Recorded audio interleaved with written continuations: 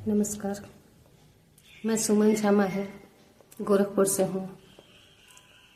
मूल निवासी मैं मुजफ्फरपुर की हूँ, पर रहती गोरखपुर में हूँ। मेरा इकलौता बेटा,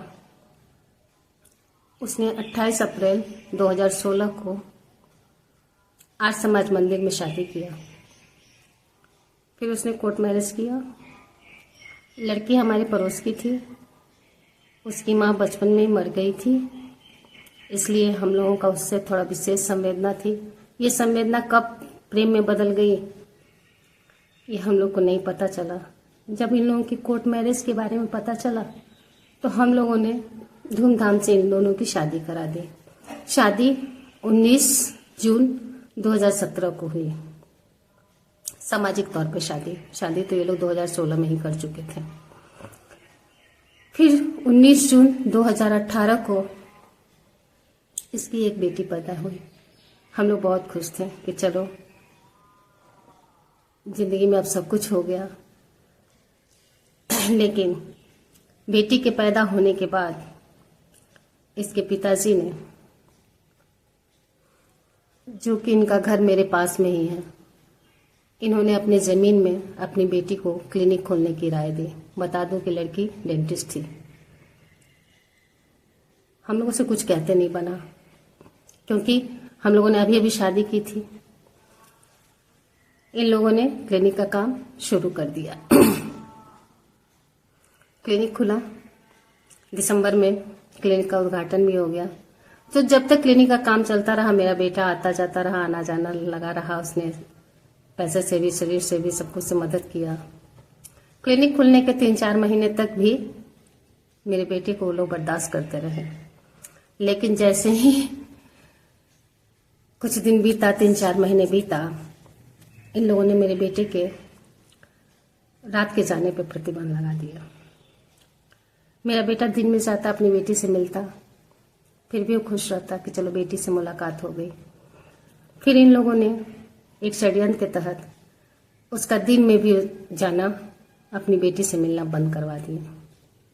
मतलब ये कि बगल में बेटी है, बेटी की किलकारी वो सुन सकता है, बेटी की रुलाई वो सुन सकता है, लेकिन बेटी से मिलने वो नहीं जा सकता। जब भी बेटी के पास जाता था मिलने, दरवाजा बंद रहता था, नीचे से ऊपर 4 गेट बंद रहते थे। ज्यादा खटखटाता था तो तुरंत पुलिस बुला ली जाती थी। पुलिस आती थी तो जैसा अभी देख ही रहे हैं, हम ही लोग को समझाती थी कि बेटे को मनाइए, ना जाने दीजिए, ये कीजिए, वो कीजिए।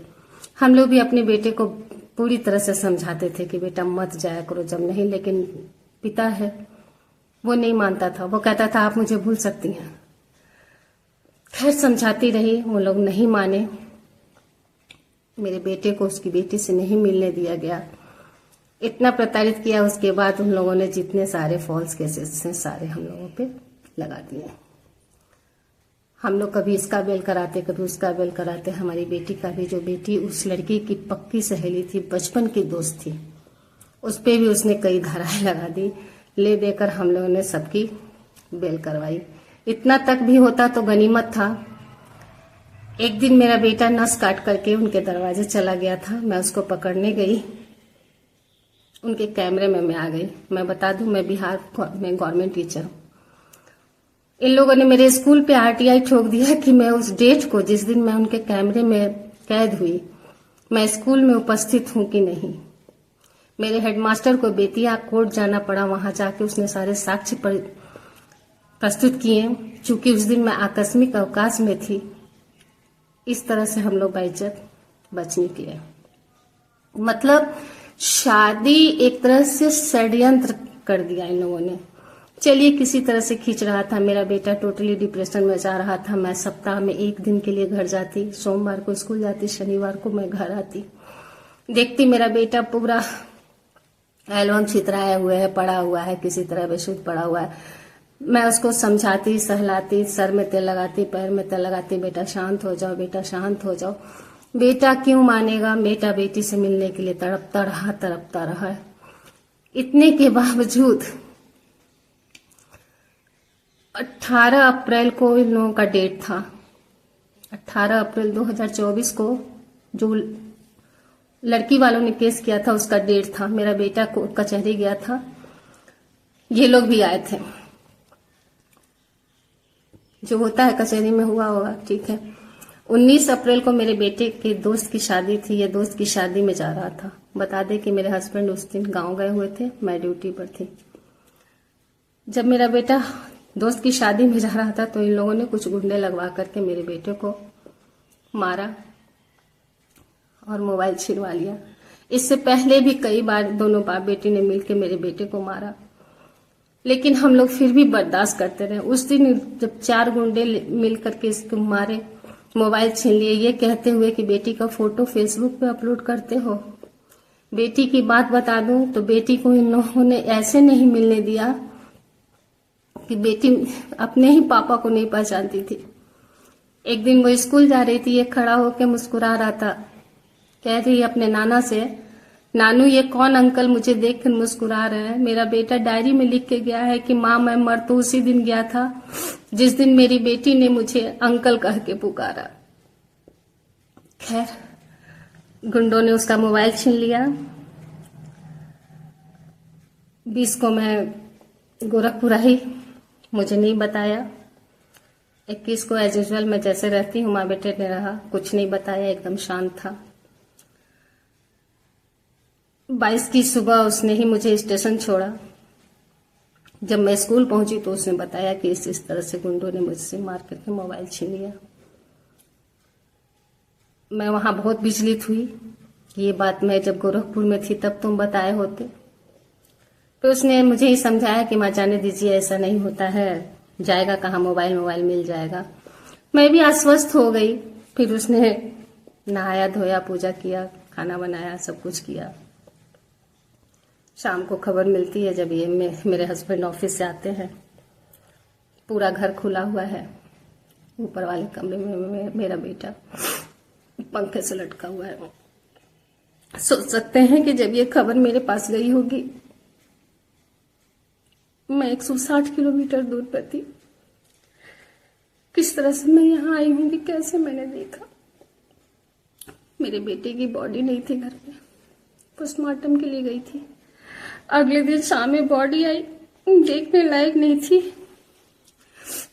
5 मिनट के लिए ये लोग लाए, मेरे देखते देखते मैं उठा करके इन लोग ले गए। खैर,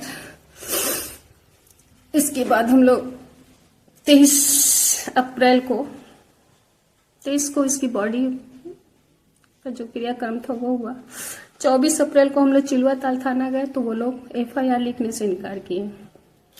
नहीं, आप लोग काम क्रिया करके आइए, पहले काम क्रिया जरूरी है। आज भी आइएगा तो वही लिखाएगा, 10 दिन बाद भी आइएगा तो वही लिखाएगा। हम लोग गांव गए, वहां से हम लोगों ने इसका जो संस्कार होता है सब करके जब वापस आए तो FIR लिखा ही नहीं रहा था। क्या? तो सुसाइड नोट सस्पेक्टेड है।